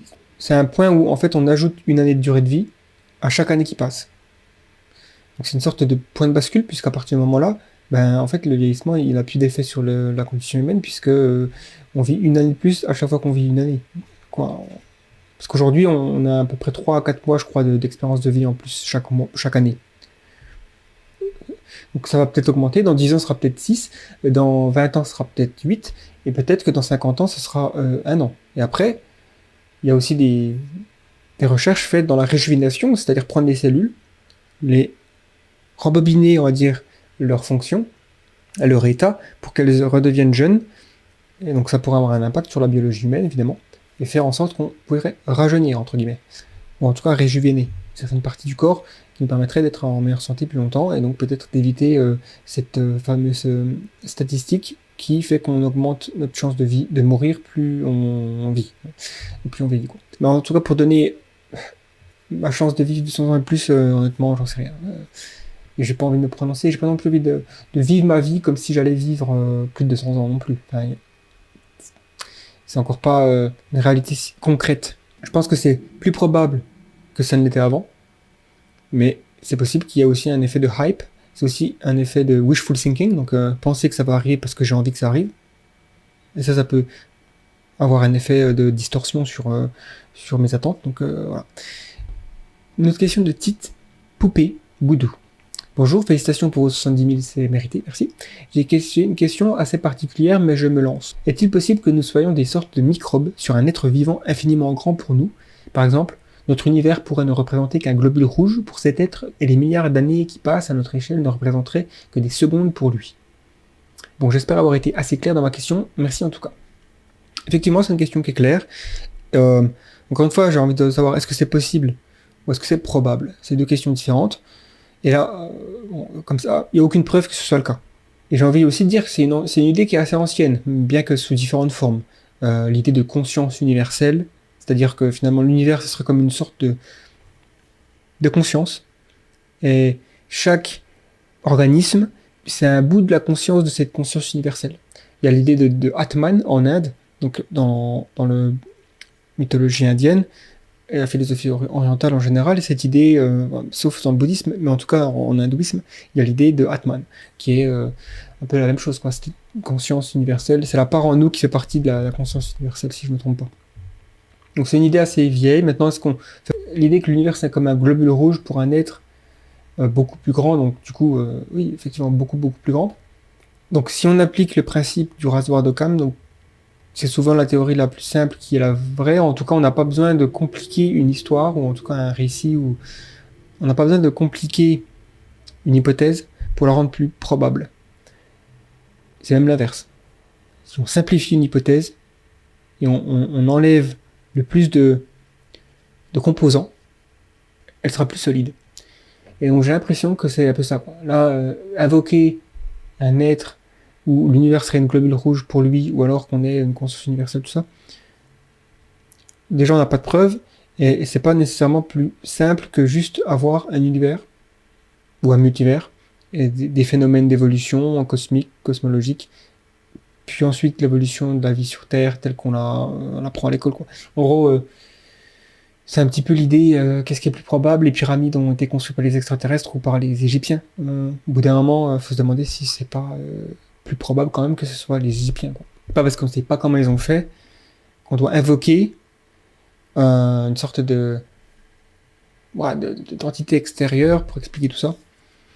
Mais bon, chacun, un petit peu, c'est de la métaphysique, j'ai envie de dire. Donc si c'est une idée qui plaît, déjà, pourquoi pas adhérer à cette idée, mais je vois pas en quoi ça va changer la vie de quelqu'un de penser qu'on fait partie d'un globule rouge d'une entité, déjà, est-ce que cette entité, elle est consciente que dans ces globules rouges, il y a un univers? Il faudra aussi se poser la question, est-ce que nous, dans nos globules rouges, on a des univers? Attention. Question de David Deveau. Dans votre vidéo, le progrès humain vers un futur viable, vous démontrez que nous vivons dans la meilleure époque de l'histoire de l'humanité. Mais alors, comment expliquer le sentiment de tristesse, angoisse ambiant? En fait, c'est tout simple, ça s'appelle le tapis roulant d'Onick. C'est un concept, donc tapis roulant, c'est-à-dire qu'on fait du sur place, et d'Onick, c'est l'idée de plaisir, ou de manière générale, les conditions de vie plaisantes. Peu importe à quel point on modifie les conditions de vie d'une personne, vers le mieux, ou même vers le pire, elle aura tendance à avoir une sorte de niveau ou de seuil constant de plaisir, de joie de vivre, de dépression. Toutes ces choses-là restent assez constants en fait. Certes, si vous avez un accident et que vous êtes paraplégique, pendant probablement 1 an, vous allez être déprimé, vous pensez que votre vie est détruite, tout ça et tout ça, mais les niveaux reviennent. En tout cas, ça a été démontré par des études sociologiques. Et pareil pour les gens qui obtiennent quelque chose d'extrêmement positif dans leur vie, comme gagner au loto. C'est le fameux paradoxe de la loterie.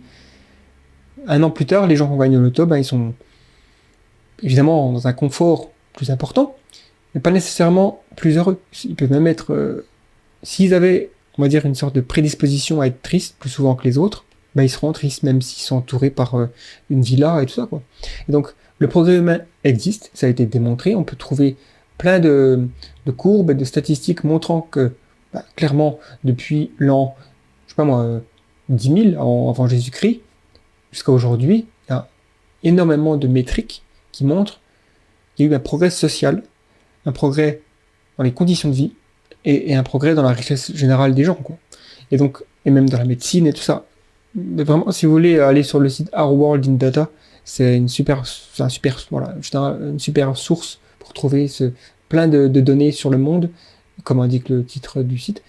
Mais ils ont fait, je crois, un article précis sur le sujet-là. Donc, quand on dit qu'on vit la meilleure époque de l'histoire de l'humanité, ça peut être 1, présomptueux, 2, ça peut être perçu comme étant complètement faux, parce qu'on a l'impression que non. Mais en fait, il y a quand même moyen d'argumenter là-dessus. On peut avoir tout un tas de preuves à l'appui. Donc c'est toujours mieux d'avoir des preuves quand on argumente quelque chose. Et en l'occurrence, le progrès humain semble être une vraie. Mais maintenant, c'est important qu'on précise, et c'est une question intéressante, puisque effectivement, il y a un sentiment de tristesse, d'angoisse, de dépression, de solitude. Il y a plein de choses qui font que on n'a pas l'impression nécessairement que tous les progrès qui ont eu lieu depuis l'âge de pierre a eu un changement si drastique sur la condition d'être un être humain, d'un point de vue subjectif. Le confort augmenté, c'est très bien. Comme j'ai dit, la médecine, tout plein de trucs, mais est-ce qu'on est plus heureux que nos chasseurs-cueilleurs, les ancêtres chasseurs-cueilleurs? Et ça a été démontré que c'est pas évident du tout, en fait. Et ça, malgré le fait qu'il y a quand même beaucoup d'intérêt sur la question, il n'y a pas beaucoup de recherches qui montrent que c'est le cas.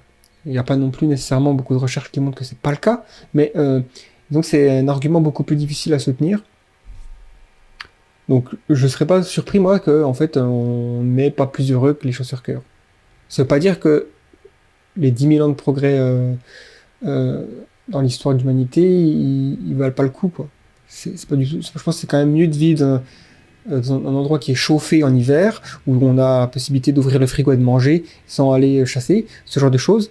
Donc ça, c'est positif. Maintenant, effectivement, il y a aussi un truc à prendre en compte, c'est que certaines technologies peuvent rendre les êtres humains plus tristes, plus esselés. Par exemple, les réseaux sociaux, ça nous sépare un petit peu quand même les uns des autres. D'une façon, ça nous connecte, mais ça nous connecte superficiellement, et ça aussi, ça nous montre. C'est une fenêtre sur la vie des gens qui peut être un peu déconcertant, parce qu'on a cette idée de comparaison qui vraiment crée des problèmes. C'est possible que, tout comme l'écriture, en tout cas tout comme la machine à imprimer, qui a révolutionné la façon dont on accède à l'information, ça a créé tout un tas de conditions, et tout un tas d'événements finalement, comme les réformes protestantes dans l'Europe du Moyen-Âge, qui s'est traduit par des désastres absolument tragiques, quoi, et des massacres et tout ça, des conflits, à cause d'une invention. Maintenant, est-ce qu'on peut trouver des raisons de penser que c'était possible que les réformes protestantes, elles auraient eu lieu quand même? Mais ça a été facilité. Et donc je pense que ça a été facilité par l'impression. Donc je pense que les réseaux sociaux, déjà, c'est quelque chose de très récent, et je suis pas sûr que dans 50 ans, on ait les mêmes problème avec, on aura certainement une meilleure maîtrise, on aura appris à vivre avec, et on saura ce qu'il faut pas faire et ce qu'il faut faire pour maximiser le bien-être, peut-être. En tout cas, c'est encore une technologie naissante, et ça a probablement aussi contribué au sentiment, comme tu le dis, David, de tristesse, angoisse ambiant, quoi. Parce qu'il y a aussi un truc à dire, parce que un chasseur-cueilleur, il a sa petite vie, tranquille, il va chasser le matin, il revient, il mange, il allume le feu, il vit dans la caverne, tranquille, il discute avec ses amis. Il y a un effet romantisation du passé, surtout de cet âge. On considère que c'est l'âge d'or. Certaines personnes mettent en avant un petit peu le livre, je crois, récent de David Graeber. En tout cas, cette personne-là, elle n'était pas au courant qu'à 10 000 km, un autre chasseur-cueilleur, il s'était fait manger par un tigre. Bah, aujourd'hui, on sait ça. Aujourd'hui, les tragédies les plus horribles qui se passent à l'autre bout de la planète, je vais les avoir sur mon mur de réseau social, je vais l'avoir sur les news à la télé, dans les articles, sur les blogs, et tout ça.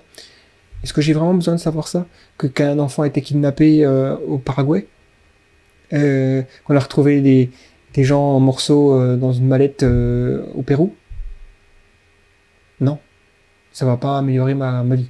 Et je pense que quelque part c'est un peu ça qui se passe, et on est exposé à tellement de malheurs qu'on a l'impression que le monde va mal. Mais en fait, il y a toujours eu autant de malheurs, c'est juste qu'on le savait pas. Donc voilà, il y a cet effet qui joue. Il y a peut-être même eu plus de malheurs avant, et encore heureux qu'on le savait pas, parce que t'imagines même pas le boulot. Une autre question du futurologue, alors je bois un petit coup.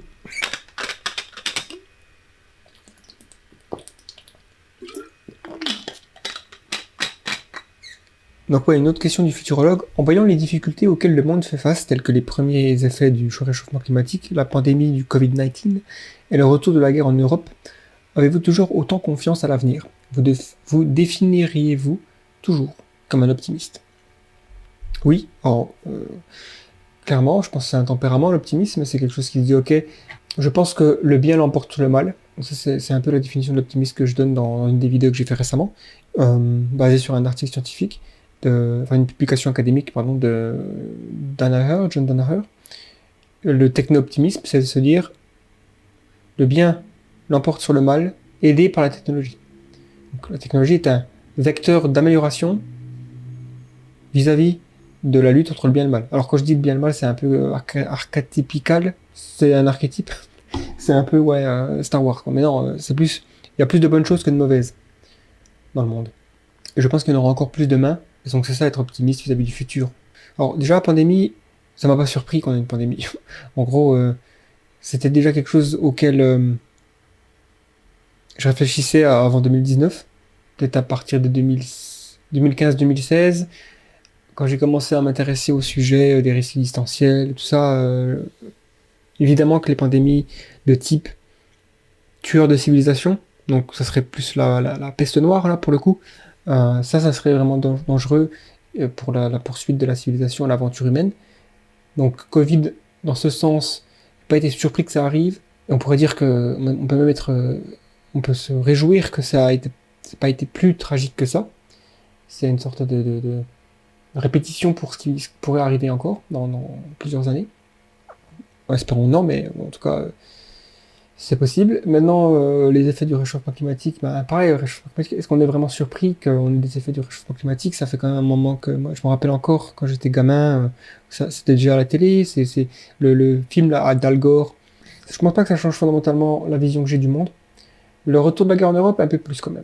J'avoue que, enfin, c'est plus le fait que ce soit une superpuissance atomique qui ait initié une invasion et un conflit.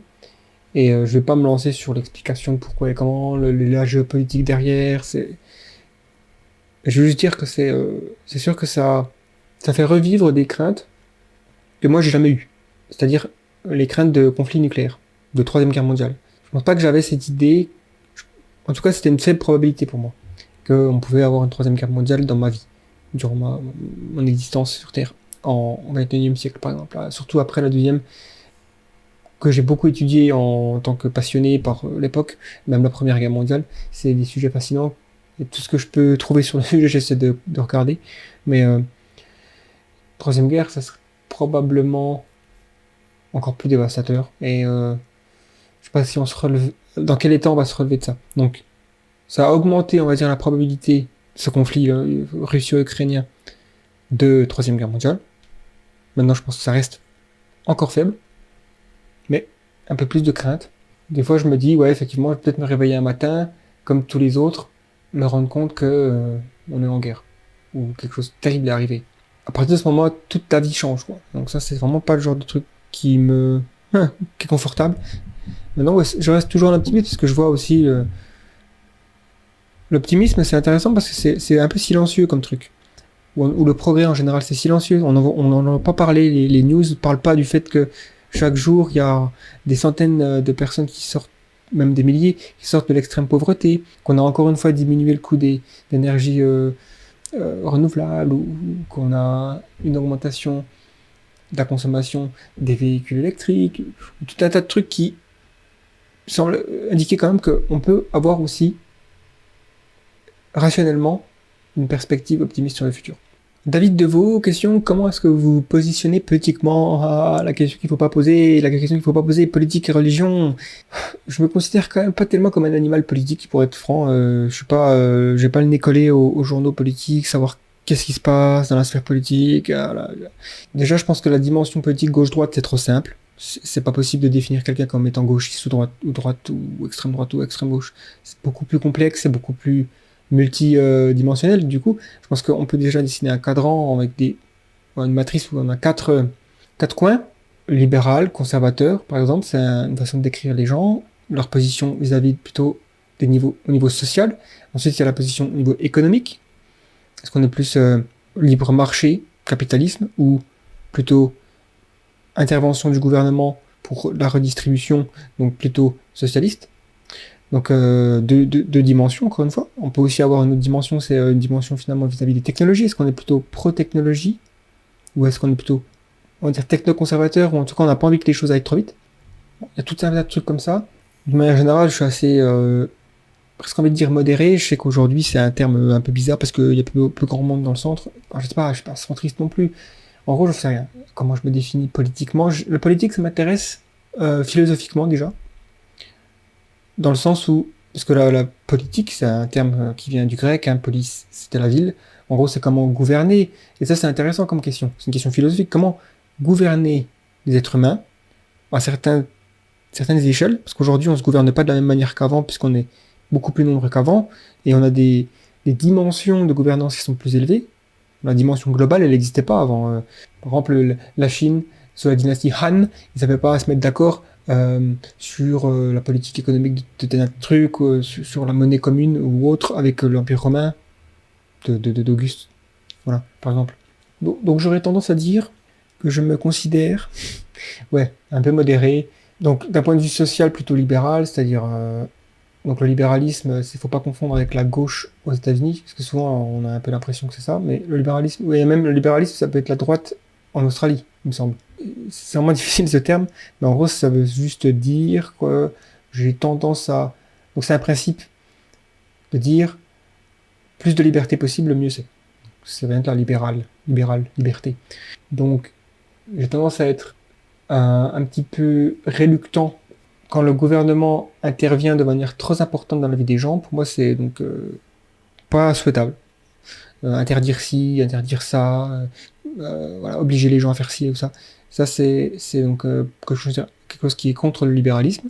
Donc j'aurais tendance à être contre ça aussi. Maintenant, évidemment, des fois, il faut interdire certaines choses, comme rouler à 250 km/h en ville, par exemple. Mais le conservateur, donc les conservateurs, c'est un peu les opposés des libéraux. C'est des gens qui sont plus tendance à vouloir rester dans une sorte de tradition, préserver des valeurs.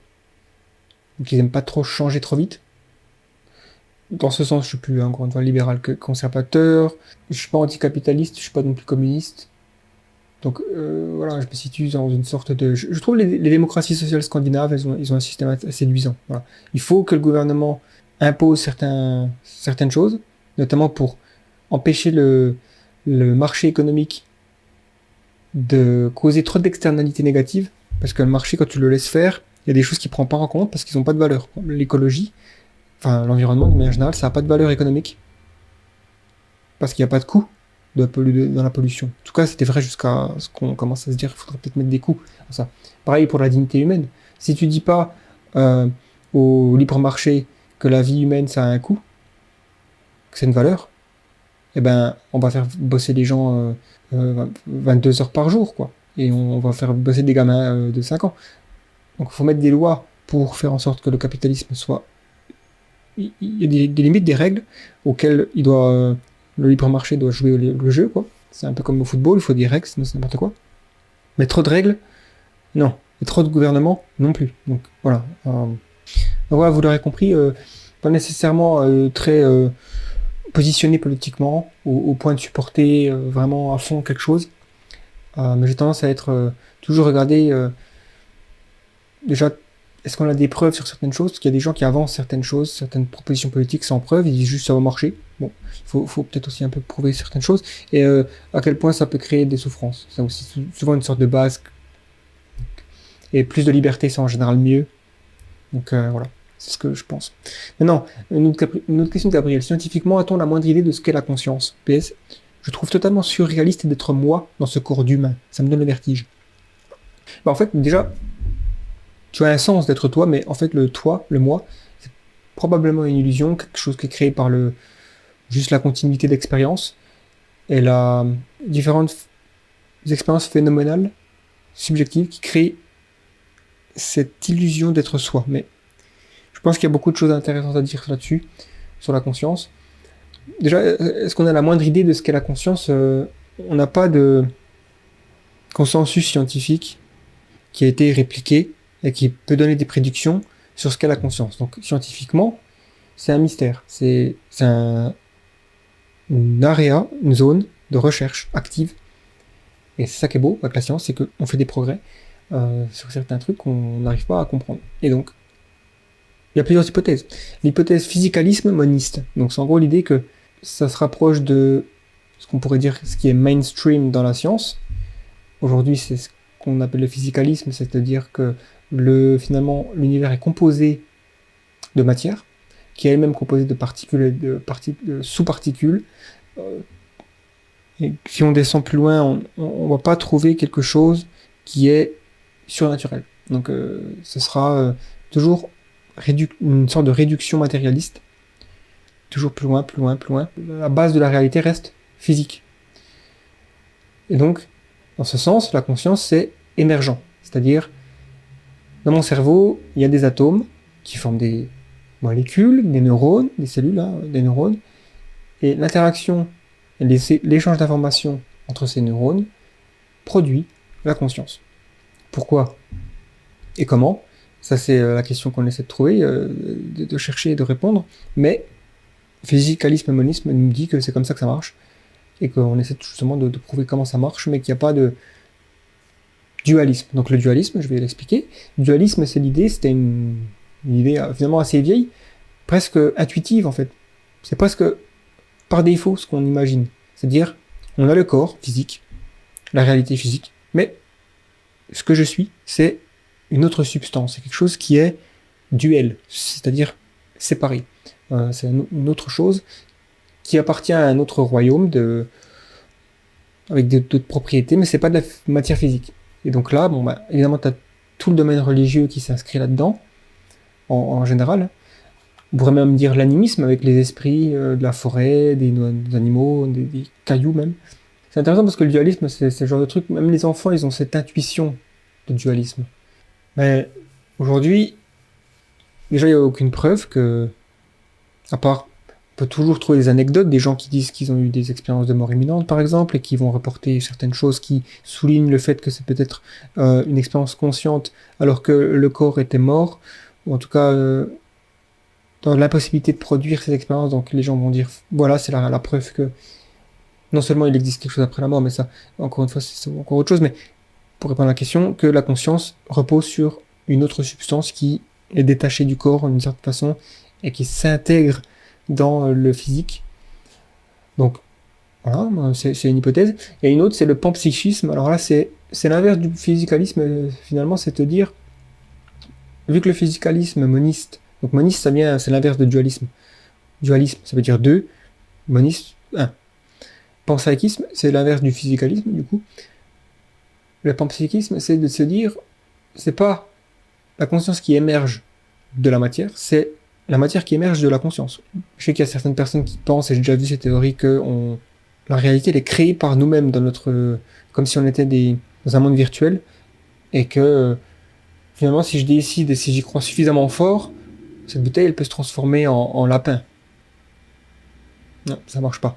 Bon, je sais pas si c'est exactement une preuve, mais en tout cas, oui, j'exagère un peu, je caricature, mais non, cette idée que oui, on crée la réalité, mais littéralement, quoi. Ça c'est une vue, mais c'est encore pas trop ça le panpsychisme. Le panpsychisme, d'après ce que j'ai lu et ce que j'ai entendu, ce que j'ai écouté, en podcast notamment, des débats, tout ça, c'est plus qu'au cœur des particules subatomiques, il y a une propriété qui est consciente. Et cette propriété, c'est évidemment une conscience minimale, une conscience extrêmement faible, mais tout comme les électrons sont chargés électriquement, c'est-à-dire la charge électrique, elle émerge pas à un certain niveau de complexité, elle est présente au cœur de la matière, au cœur des atomes. Et ben, le panpsychisme suppose que la conscience, c'est un peu comme une charge électrique, quelque chose qui existe, et que plus on ajoute de complexité, donc on forme un être humain avec ces atomes, ça forme une conscience plus élaborée, donc la nôtre, qui permet d'avoir une expérience subjective, que les animaux, les arbres, absolument tout ce qui nous entoure finalement est doué de ces propriétés de conscience à plus ou moins, à des degrés plus ou moins élevés. Maintenant, voilà, c'est un peu chacun a son hypothèse préférée, et maintenant faut continuer à faire des études, essayer de voir quelles expériences peuvent être faites en laboratoire ou voilà, en sciences en général, pour essayer d'attribuer des probabilités différentes à ces hypothèses. Une autre question de Gabriel: s'il y a une chance non négligeable que nous puissions prochainement conserver notre jeunesse pendant des dizaines d'années, les femmes, aujourd'hui en âge de procréer, ne devraient-elles pas faire congeler leur ovule dès maintenant, afin de pouvoir faire un enfant, si elles le désirent, dans 30, 50 ou 100 ans? Alors, question, je dirais, qui me... Personnellement, j'ai fait congeler mes ovules, effectivement. Non, ça commence à être difficile là, parce que ça fait un moment que je parle. Je pétais un peu les plombs. Je pense que si effectivement il s'avère qu'on vive plus longtemps, que les femmes peuvent procréer, après, je pense que c'est peut-être effectivement qu'il y a, on va dire, ça peut être rationnel pour une femme de congeler ses ovules. Je pense que c'est pas un choix déraisonnable, dans la possibilité qu'elle, par exemple, privilégie pendant la décennie de la vingtaine, elle choisisse de privilégier sa carrière et les études, et ensuite elle se focalise sur faire des enfants, sur fonder une famille. Alors effectivement, plus on est âgé, en général, plus les risques de complications, d'avoir un enfant sont grandes. Mais il y a de plus en plus de personnes qui font des enfants dans la trentaine, même au-delà, après 40 ans. Donc c'est pas non plus impossible. Et aussi, je pense que le progrès de la médecine fait en sorte que les complications peuvent être modulées, et on peut arriver aujourd'hui de plus en plus à faire des enfants après 40 ans. Mais de manière générale, effectivement, on voit que l'âge de procréer a un petit peu, en tout cas plus, pas l'âge de procréer, mais l'âge à laquelle les gens font des enfants augmente. Plus tard, de plus en plus tard. Maintenant, je me dis, si on va conserver notre jeunesse pendant des dizaines d'années, est-ce que les femmes vont pas conserver aussi leur capacité de reproduction plus longtemps, si elles restent jeunes? Il n'y a pas de raison que leur ovule perdre en fécondité si elles deviennent plus âgées, mais elles restent jeunes. Il y a aussi un truc à prendre en compte, c'est qu'aujourd'hui, on arrive par exemple à créer des gamètes mâles à partir de cellules de peau. Donc on prélève des cellules de peau, on les différencie. Non, on les dédifférencie, c'est-à-dire on les rend en l'état de cellules souches, donc cellules qui ont aucune spécialisation. Elles ont cette propriété de pouvoir devenir n'importe quelle cellule. Donc une fois qu'on a pris les cellules de peau, on les a dédifférenciées, on peut les différencier à nouveau, mais cette fois-ci on les fait devenir des cellules, des gamètes, du coup, mâles. Donc ça a été fait. Donc tout ça pour dire que le futur de la procréation humaine est amené à changer. Donc je ne sais pas à quoi ça va ressembler lorsqu'on aura atteint, comme tu dis, la mortalité ou la sénescence négligeable. Et ça va forcément affecter effectivement la reproduction humaine. Mais pour les questions des ovules, J'aurais tendance à penser que si on reste jeune plus longtemps, on pourra rester fécond plus longtemps, et donc on pourrait même rester fécond jusqu'à 90 ans, hein. Pas de raison. Ensuite, dernière question, parce que là, je commence à être fatigué, mais ça m'a fait plaisir quand même. Alors, je vais juste quand même la lire, hein, puis... Brice Harold Regon. Bien à la communauté The Flares. Ça veut dire, je pense, bien, parce qu'il y a 70 000 abonnés. Ma question est celle de savoir si la fusion nucléaire froide est possible. Et si le Graal insaisissable des physiciens concernant l'origine des univers et du temps ne se trouverait pas incognito dans le mystère du zéro absolu. Alors, la question de la fusion froide, je suis pas un expert, je pense que ça a été plus ou moins discrédité un petit peu. En tout cas, il y a eu une expérience qui a été faite en 1989, si je ne me trompe pas, parce que là, en fait, j'ai le Wikipédia devant moi, parce que je parais super intelligent, mais en fait, je lis le Wikipédia. Oui, en 1989, c'était en 1989, des électrochimistes, des chimistes électrochimistes ont tenté de faire la fusion. Ils ont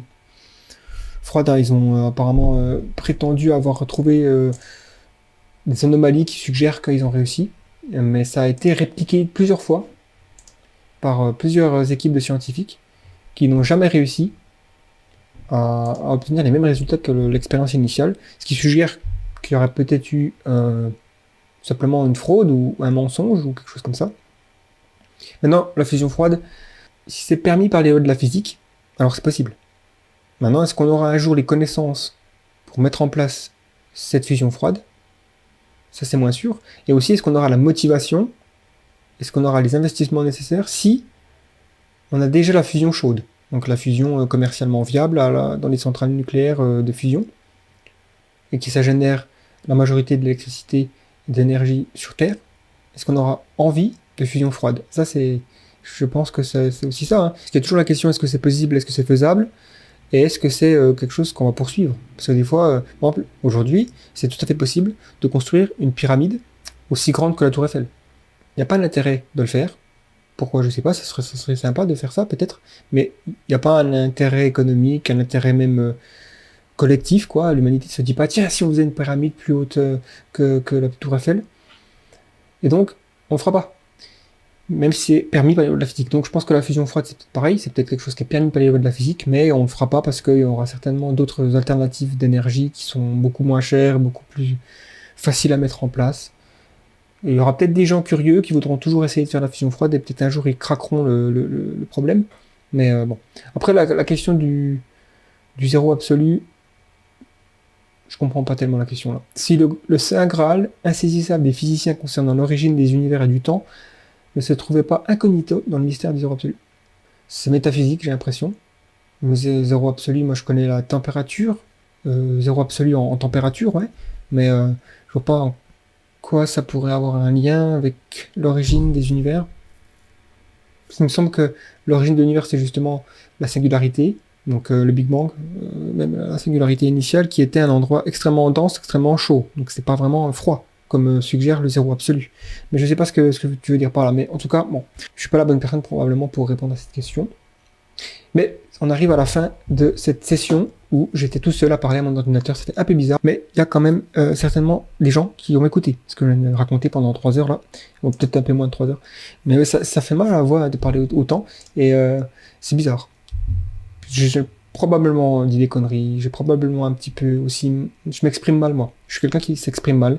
Je suis désolé. Le fait que je vis dans un pays anglo-saxon, donc ça n'aide pas. J'ai l'impression de perdre mon français. Des fois, j'ai les mots en anglais qui viennent en premier. Donc tout ça, ça contribue au fait que je suis pas quelqu'un de très éloquent. Des fois, j'écoute des gens comme Étienne Klein, par exemple, que j'admire beaucoup, qui s'expriment sans pause, sans faire des jets d'idées, sans bégayer comme je fais. Et je me dis, waouh, sympa. Ou en anglais, il y a d'autres personnes comme ça qui semblent être capables de trouver tout le temps les bons mots au bon moment. Et ça, c'est une compétence que j'admire. Mais je vous dis à très bientôt. En tout cas, merci beaucoup pour avoir suivi cette espèce de podcast hors série spécial. Remerciements à la communauté. Je ferai peut-être encore ce genre de choses au prochain cap. Si on franchit les 80 ou les 90 000, peut-être ce sera les 100 000, je sais pas. On verra si ça arrive un jour. Mais en tout cas, merci beaucoup, bonne journée et à la prochaine. Ici, les machines. Des conversations sur les nouvelles technologies, la conquête spatiale, Post-humanisme, intelligence artificielle, ferons ensemble notre chemin vers l'avenir.